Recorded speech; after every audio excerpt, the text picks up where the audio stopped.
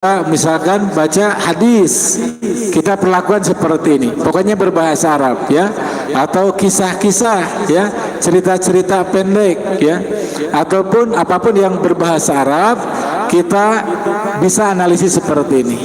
Sangat bagus dalam hal yang memiliki makna-makna yang sangat bernilai tinggi ya. Kalau Al-Quran udah jelas, hadis juga jelas. Nah, pelajaran-pelajaran misalkan kaidah-kaidah fikih, kaidah-kaidah tafsir, nah itu bisa kita perlakukan seperti ini ya, sehingga kita dapat mendapatkan makna yang ganda.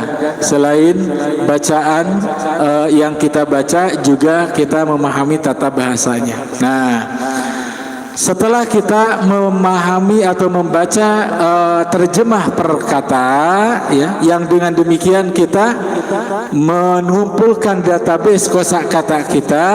Yang kedua, analisis tata bahasa. Ada 3 uraian atau 3 analisis tata bahasa ini. Yang pertama, kita menganalisis apa? Kata. Yang kedua, kata-kata. Yang ketiga, kalimat. Jadi selalu ini yang menjadi untuk cantolan kita, sehingga mudah untuk mengingat ya. 1, menganalisis kata. 2, kata-kata. 3, menganalisis kalimat ya. Kata dalam bahasa Arab tidak lebih dari 3 hal ya. 1 kata fiil, 2 kata isim, 3 kata harf ya. Nah, di pertemuan yang sebelumnya nanti bisa ditonton di YouTube-nya 15 Januari, itu halaman 7 mengupas tentang fiilnya saja ya. Di mana pada halaman tersebut itu kita urai analisis fiil itu 9 poin ya. 1, fiil dilihat dari madi, mudhari, amr ya. Jadi kelompokkan halaman atau bacaan yang kita dapatkan, mana fi'lun madin, mana fi'lun mudhari'un, mana fi'lu amrin, mana kata kerja yang menunjukkan lampau, mana kata kerja yang menunjukkan sekarang, mana kata kerja yang menunjukkan perintah ya. Nah, dalam setiap halaman itu saya sudah suguhkan, jadi sebenarnya tinggal baca. Tapi kalau sudah terlatih, itu ketika kita baca ayat yang belum kita pelajari ya, kita lari ke surat-surat pilihan Yasin, Al-Muluk, Al-Qalam atau Juz Amma, kita insya Allah bisa menjaring mana yang masuk kategori fi'lun madin, mana yang termasuk kategori fi'lun mudhari'un ataupun fi'lu amrin. Yang kedua adalah diurai, analisis mana kata kerja yang termasuk kategori maklum atau majhul, mana yang aktif, mana yang pasif. Dengan bantuan terjemah perkata tadi, kita sudah bisa langsung ya, dengan terjemahan bantuan terjemah bisa mengidentifikasi mana kata kerja aktif atau maklum, mana pasif ya. Nah, diantaranya kalau dalam bahasa Indonesia ditandai kalau aktif dengan kata me, kalau pasif menggunakan kata di ya, diawali partikel me dan di atau imbuhan me dan di ya.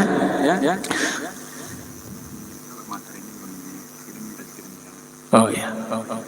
Ya, baik. Kemudian yang ketiga itu adalah materinya mungkin nanti di sini aja. Ya baik ya, sambil di sini. Nanti materi berikutnya nyusul. Karena konsentrasinya kepada analisis tata bahasanya dulu, mengingatkan kembali ya. Yang ketiga adalah analisis fiil lazim dan muta'addi, ya. Apa itu lazim? Itu kata kerja yang menunjukkan intransitif, muta'addi transitif.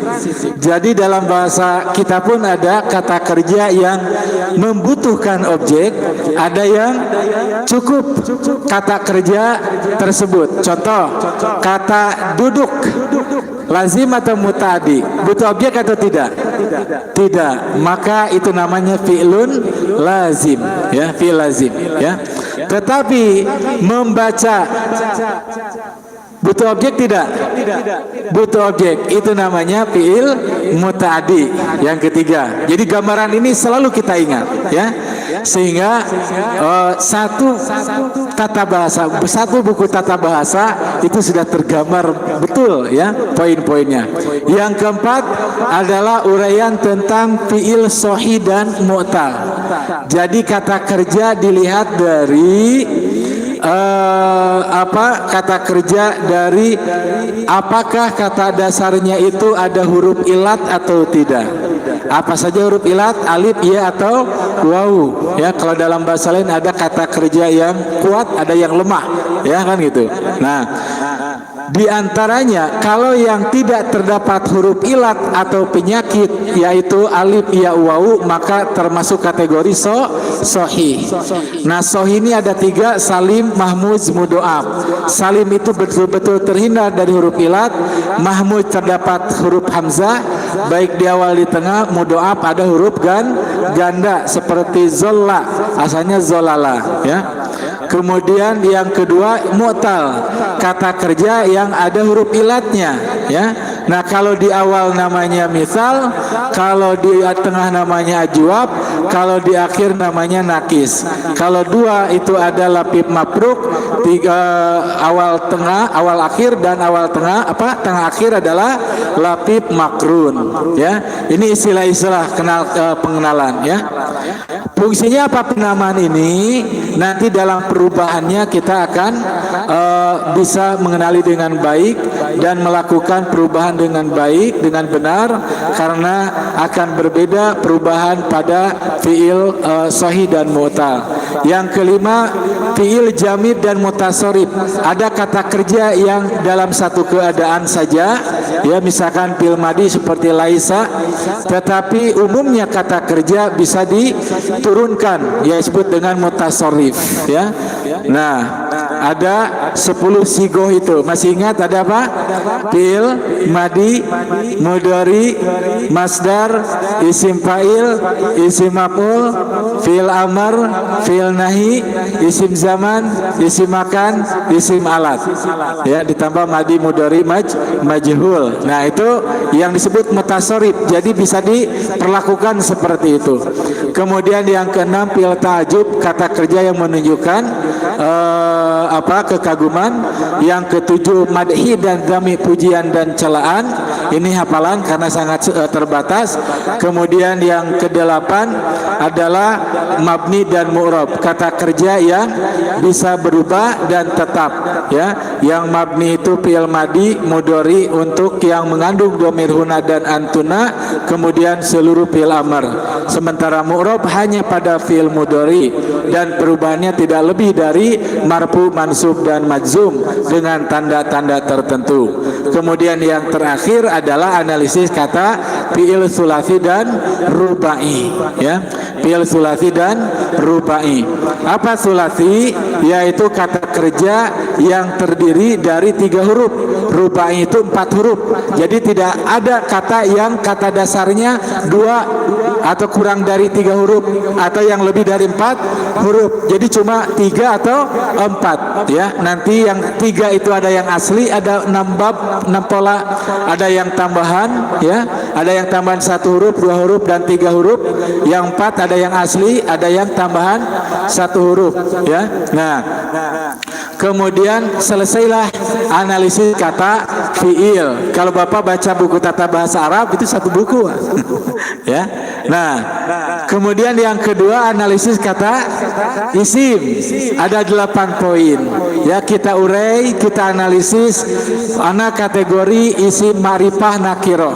Apa ma'rifah yang sudah tertentu, ya.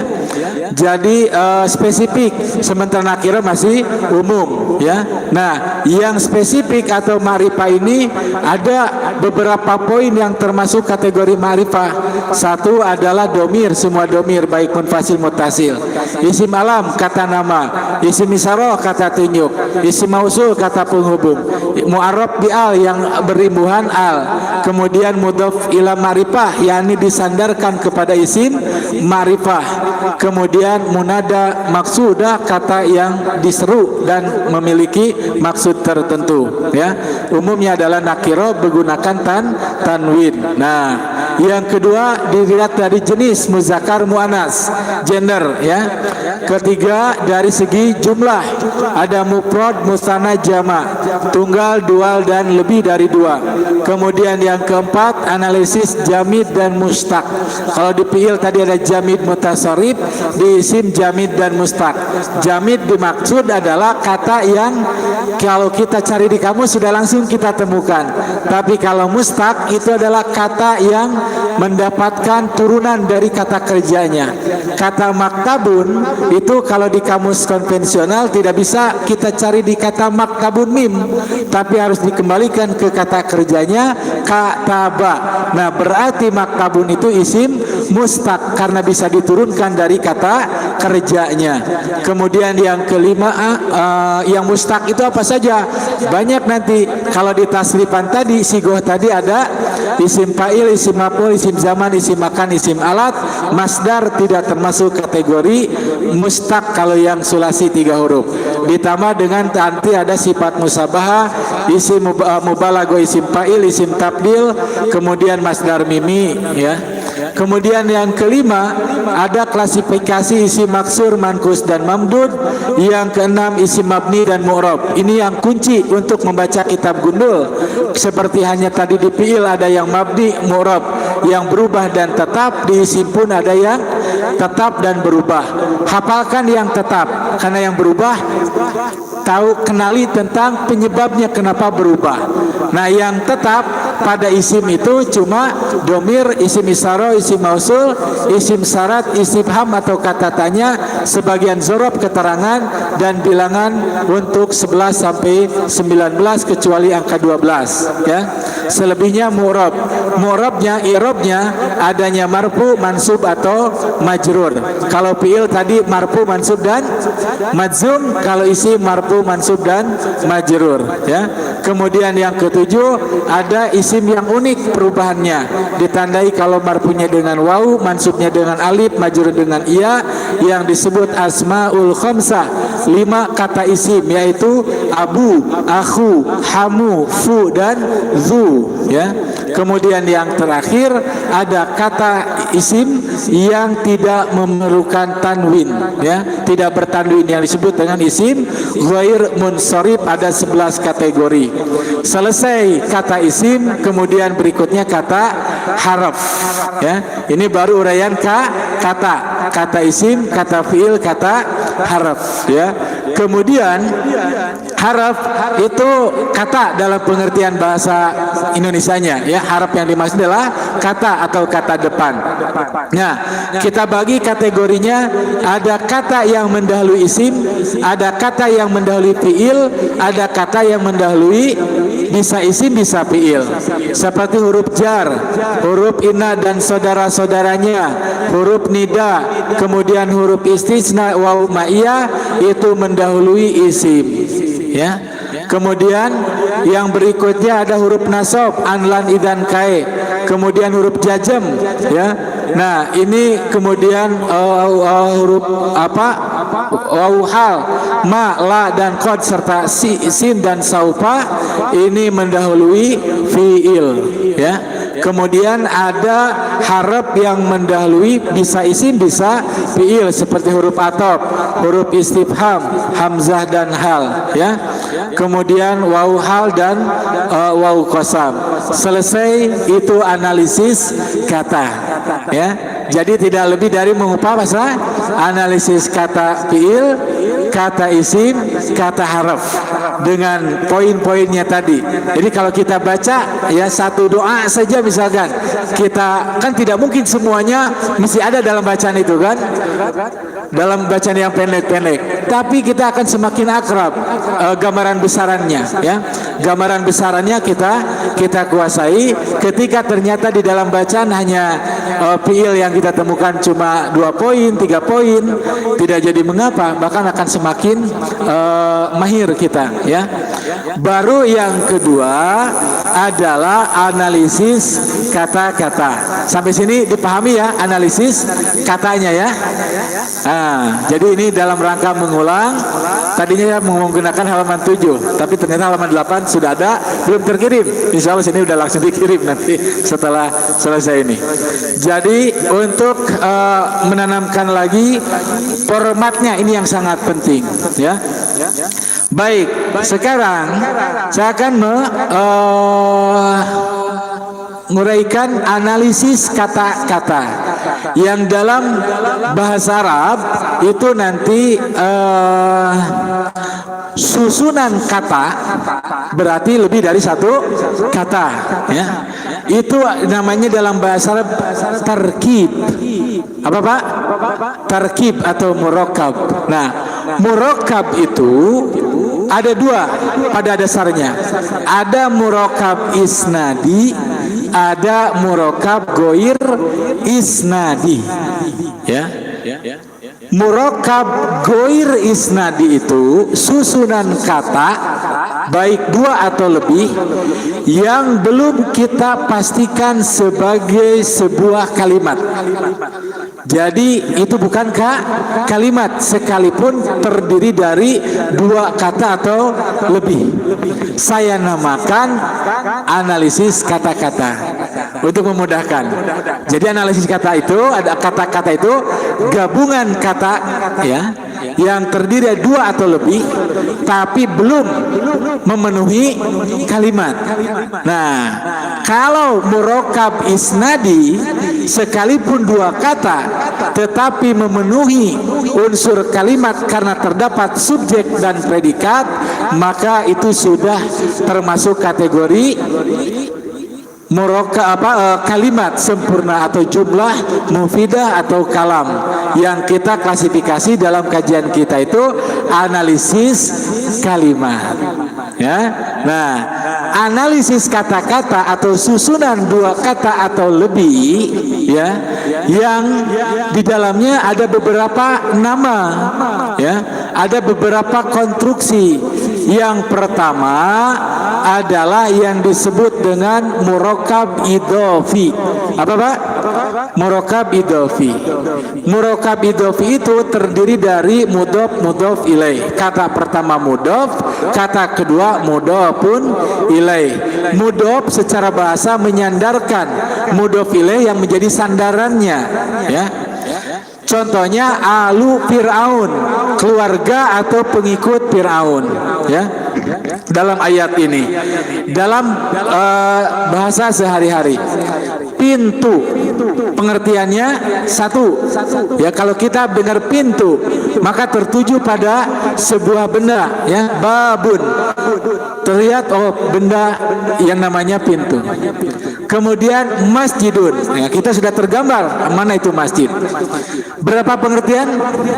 2. Ketika kita menggabungkan kata pintu kepada masjid ya, babul masjidi, berapa pengertian? 1. Jadi pintu yang ada di masjid. Nah, itu namanya konstruksi murakkab idhofi.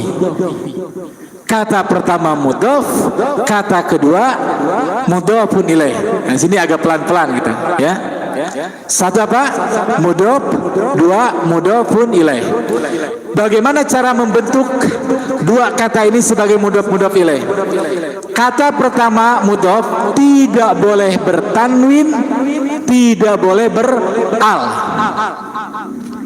Ya, sekalipun isim itu ditandai dengan salah satunya tanwin, al, ya, dan seterusnya.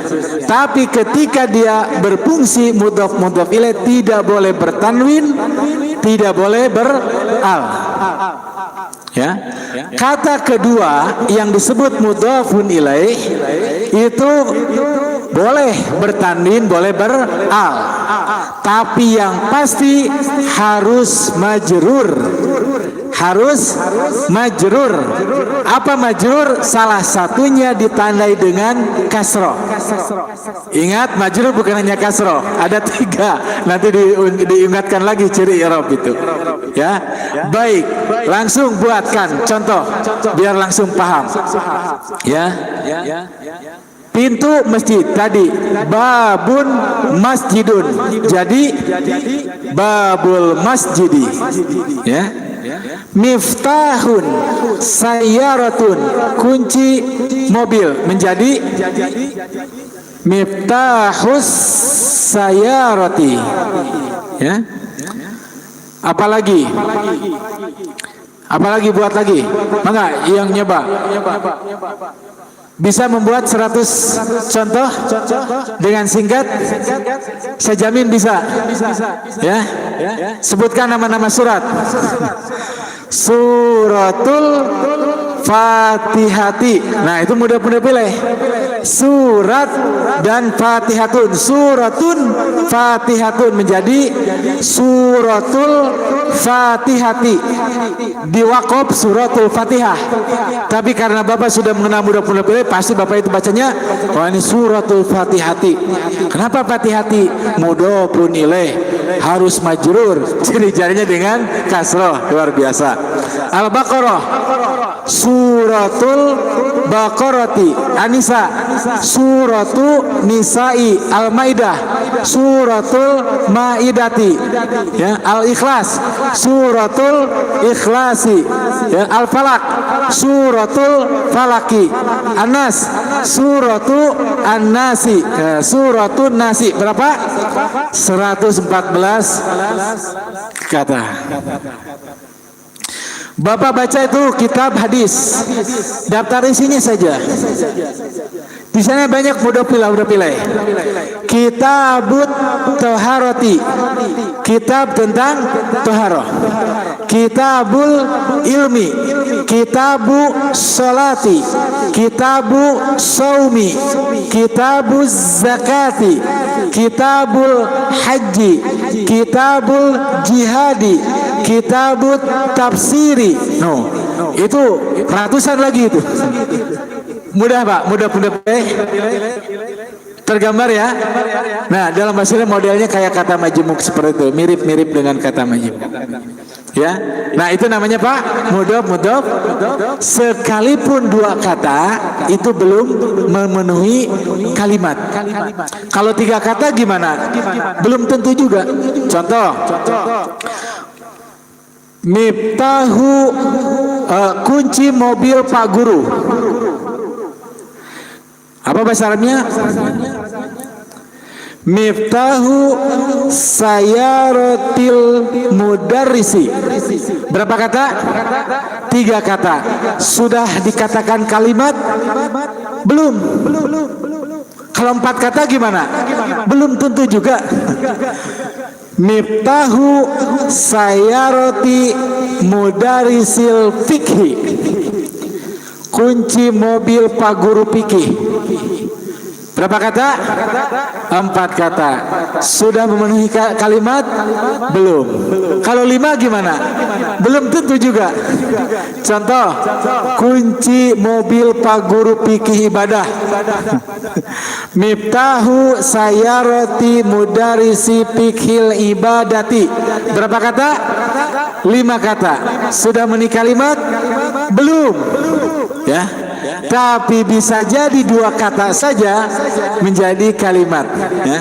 Kalau dalam kitab Alfiyah apa? Kalamuna labdun mufidun kastakim. Ya. Kalamuna labdun mufidun kastakim. Kalimat menurut kami, kata Alfiyah Ibnu Malik itu mengatakan bahwa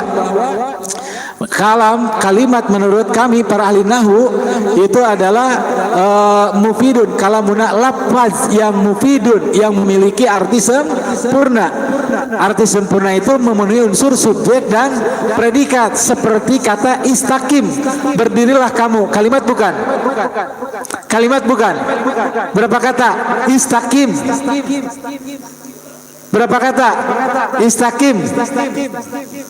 Satu atau dua kata? Satu atau dua kata? Dua kata. Yang satu kelihatan, yang dua sembunyi. Karena pada istaqim ada kata domir mustatir yang meriper anta, kamu. Nah, begitu. Jadi walaupun dua kata memenuhi unsur subjek dan predikat, itu sudah apakah kalimat. Jelas, Pak? Mudah-mudah pilih. Nah, ya. Jadi mungkin 2 pertemuan lagi udah baca kitab ya. Jadi ayatnya kita gundulkan, tidak berharokat, kita urai. Ya, kenapa bacanya begini? Kenapa bacanya begini? Ya.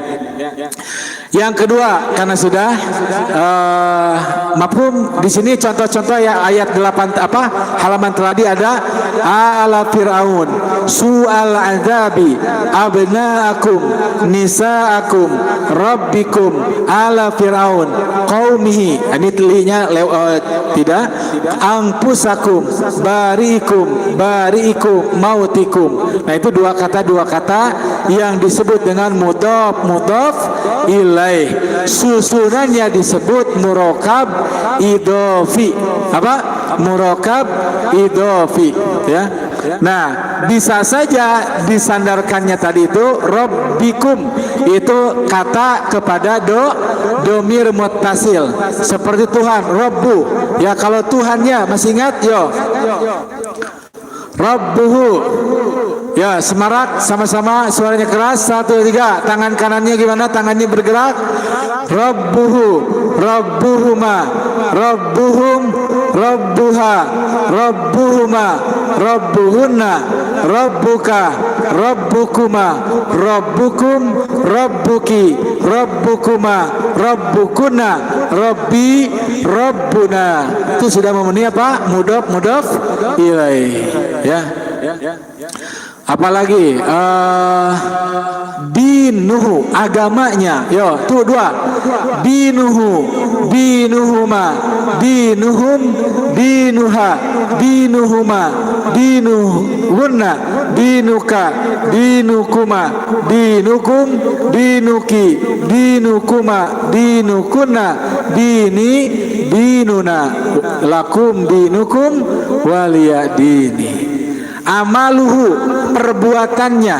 Yo, tuh 2. Amaluhu, amaluhuma, amaluhum, amaluha, amaluhuma, amaluhunna, amaluka, amalukuma, amalukum, amaluki, amalukuma, amalukunna, amali, amaluna.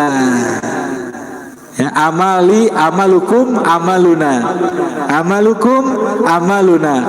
Perbuatanmu untukmu, perbuatku untukku. Ya, amalukum, amaluna. Jelas ya? Mudhaf ilaih. Yang kedua, yang disebut murokab wasfi. Wasfi itu sifat. Jadi kalau ada kata isim-isim, kata pertama disifati oleh kata kedua, namanya murokab wasfi. Kata pertama disebut man'ut atau mausuf yang disifati, kata kedua na'tun atau wasfun. Ya. Nanti bunyinya beda. Dengan mudah pilih nanti. Contoh, kitabun mufidun. Ulangi. Ilmun nafiun. Amalun salihun. Talibun nasyitun. Azabun alimun. Nah, kata mufidun itu sifat dari kitabun, buku yang bermanfaat. Kalimat bukan? Bukan. Tapi kalau dikasih saja subjeknya, hadza kitabun mufidun, ini buku yang bermanfaat, baru menjadi kalimat. Karena apa? Ada subjek, ada predikat. Ya. Nah, bunyinya kalau sifat mufidun. Kenapa mufidun? Mengikuti kitabun. Kalau si kitabunnya berubah menjadi kitaban, maka mufidnya jadi mufidan. Kalau kitabin menjadi mufidin. Inilah sifat pengikut sejati. Ya, dari marfu mansub majrur, marifah nakiro, ya. Mufrad mutsanna jama' selalu mengikuti dengan yang diikutinya. Natun mengikuti man'ut, sifat mengikuti yang disifati. Dari segi apa? Dari segi marfu, mansub, majrur. Dari segi muzakkar, muannas. Dari segi mufrad, mutsanna, jama'. Ya. Ilmun nafiun. Allahumma inni as'aluka ilman. Kenapa nafian? Ada ilman. Kenapa ilman? Objek atau maf'ulun bi harus mansub, ya. Amalun solihun. Kenapa solihun? Ada amalun, ya. Allahumma inna as'aluka amalan solihan, ya, atau amalan mutaqabbalan, karena mengikuti. Talibun nasyitun, ya, murid yang rajin giat. Adzabun alimun, siksa yang pedih. Kalau adzaban aliman, adzabin. Nah, jelas sifat. Ya, nanti kalau dua kata dihadapkan kepada ibu dan bapak, ini bunyinya apa? Bacanya apa? Bapak akan benar, tepat, akurat bacanya kalau mengenal ini. Ini murokab idopi atau sifat. Ya. Bismillahirrahmanirrahim. Kenapa dibaca Allahi?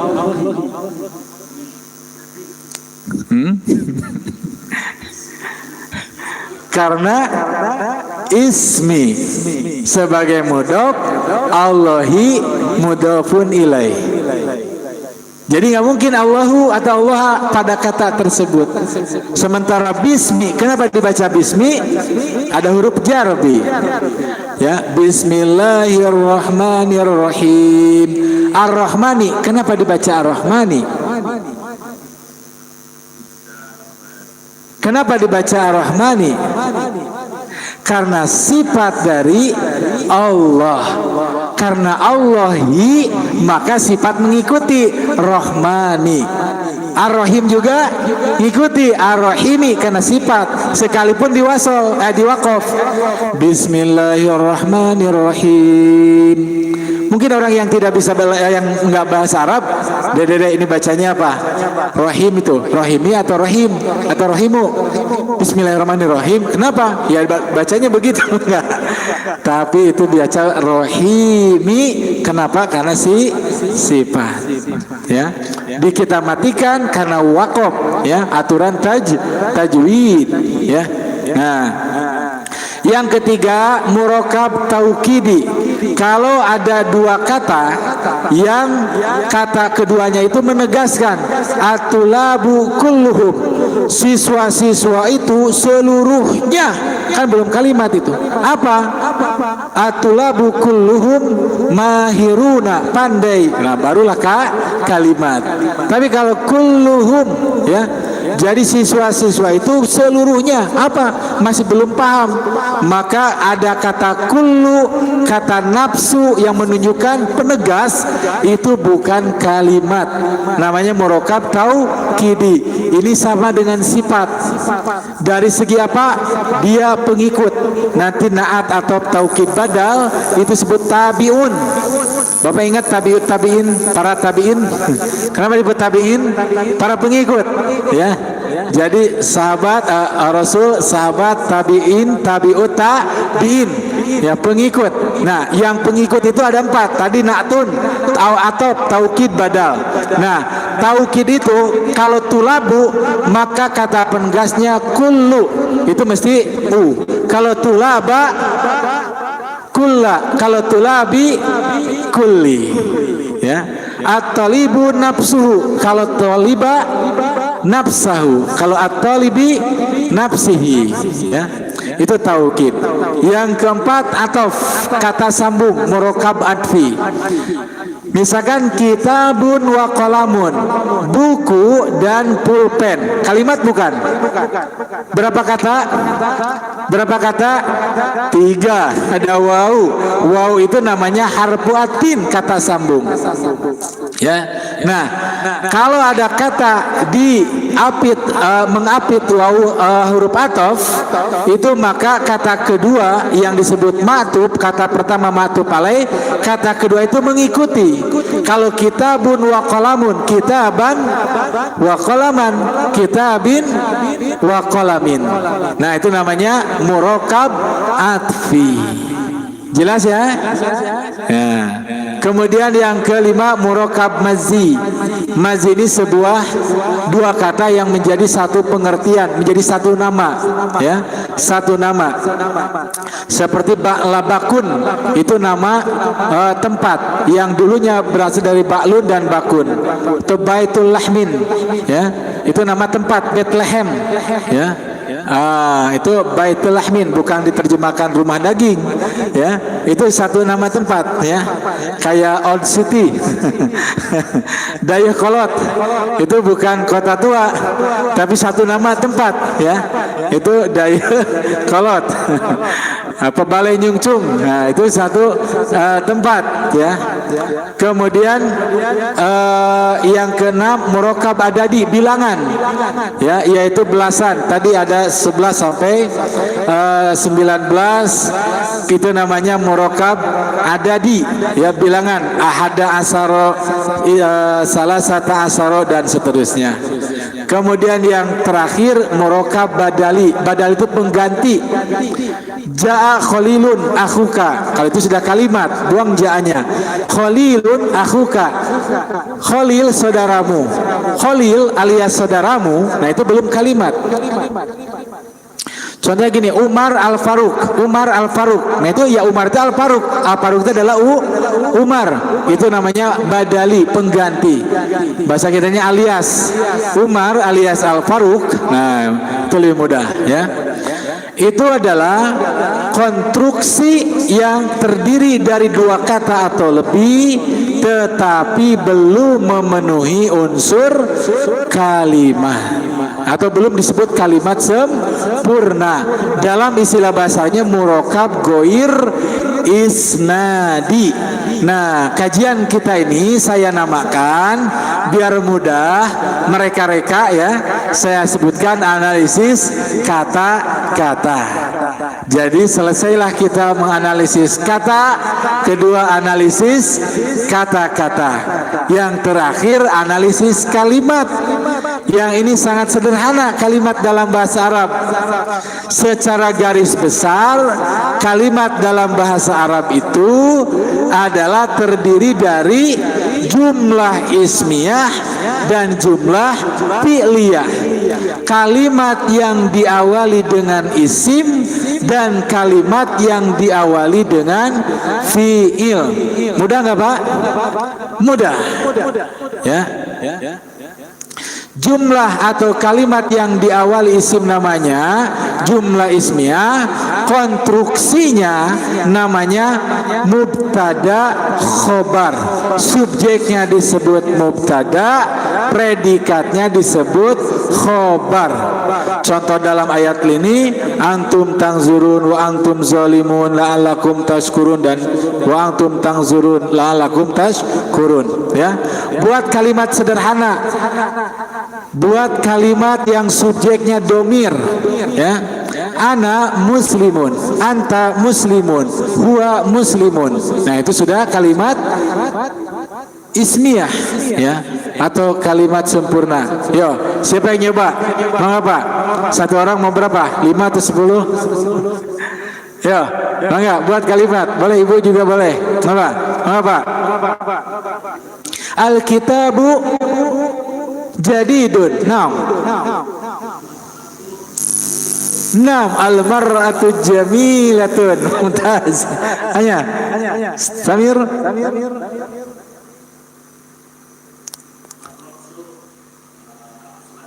Ar-rasu aswadu ghair muntarib. Nah, mumtaz.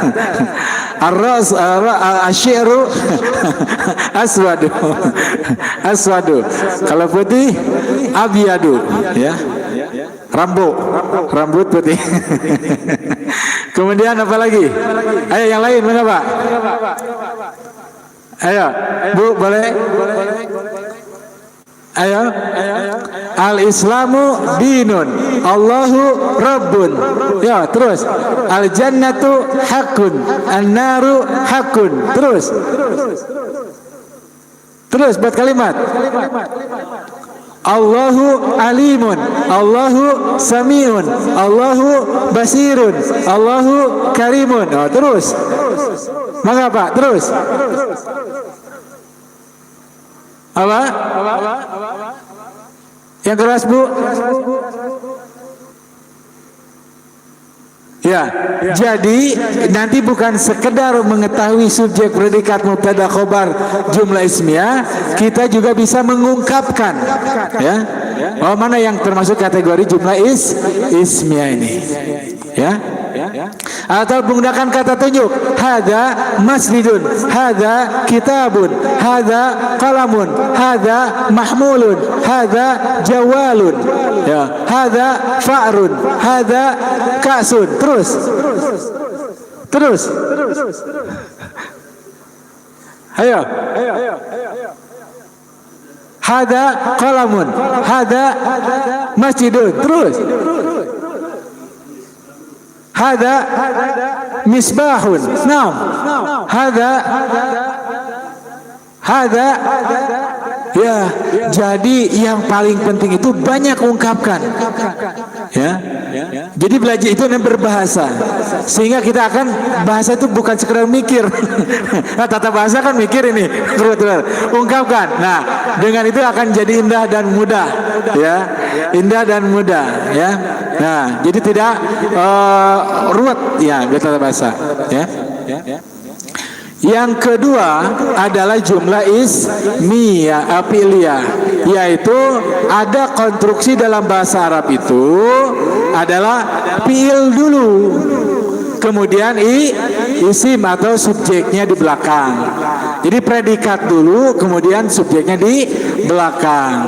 Nah, subjek itu bisa isim zohir, bisa isim domir. Yang domir Bapak itu sudah menguasai ketika belajar tasrif, perubahan kata. Yo, contoh belajar darosa. Yo, masih ingat tangannya?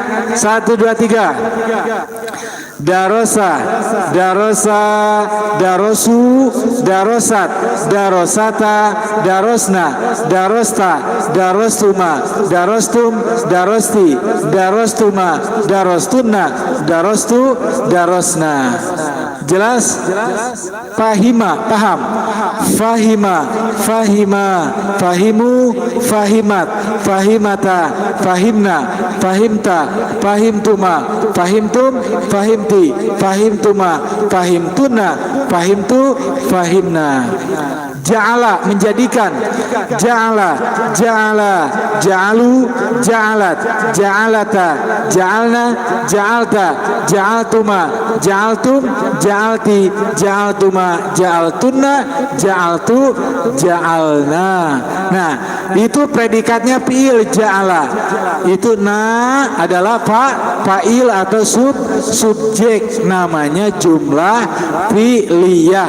Ini yang nanti menjadi analisis yang kita lakukan, penting sekali, menjadi utama di dalam analisis bahasa Arab Al-Quran ini. Ini garis besarnya. Selebihnya nanti ada kalimat positif, kalimat negatif, ada 17 itu namanya uslub, gaya bahasanya nanti. Ya, dilihat dari perspektif lain tentang kalimat. Secara garis besar cuma 2, jumlah ismiyah, jumlah fi'liyah. Ini review secara utuh, secara lengkap belajar bahasa Arab Al-Quran. Nanti kita praktikkan insya Allah pertemuan yang akan datang. itu kembali lagi ke masih halaman 8, urai lagi mana fiil isim dengan contoh-contoh yang terdapat dalam ini, sehingga kita terus nyambung. Dan saya berharap yang tidak sempat atau lupa-lupa ditonton lagi YouTube-nya, ya, kemudian ditandai ini kupasan apa, sehingga sebetulnya tidak akan ada hal yang baru secara secara banyak gitu kan, secara pasti itu yang barunya sedikit-sedikit sebagai uraian tambahan-tambahan, ya. Jadi selalu ketika setiap dari pertemuan ke pertemuan berikutnya itu kerangkanya sudah begitu utuh, kokoh, ya, tidak ada perubahan yang begitu drastis, enggak, ya. Sehingga kalau kita ditonton diulang-ulang itu yang nama adalah kosa kata semakin kokoh, ya. Insyaallah demikian yang kita sampaikan pada pagi ini. Kalau ada pertanyaan mangga silakan. Mangga Pak. Kenapa? Oh ada. Ya ada. Biasanya juga dibagi. Tadi saya mau handbook ya. Iya.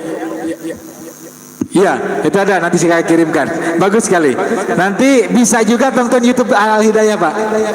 Ya. Itu udah berapa pertemuan ini? Sekian pertemuan lah. Apa 17 ya? Ya.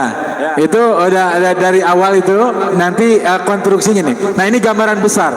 Jadi nanti akan ketika bertemu dengan halaman berikutnya, formatnya seperti ini.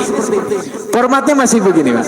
Nah, nanti penguatan seperti belajar fiil, tasrif itu bisa pendalaman tadi. Makanya cuma satu halaman belajar fiil saja seperti pada pertemuan 15 Januari itu, ya. Itu fiil saja.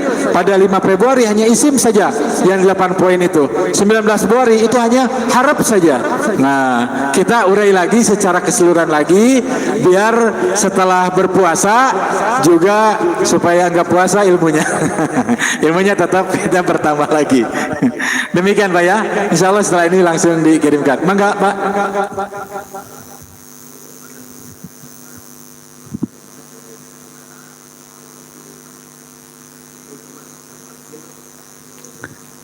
Ya.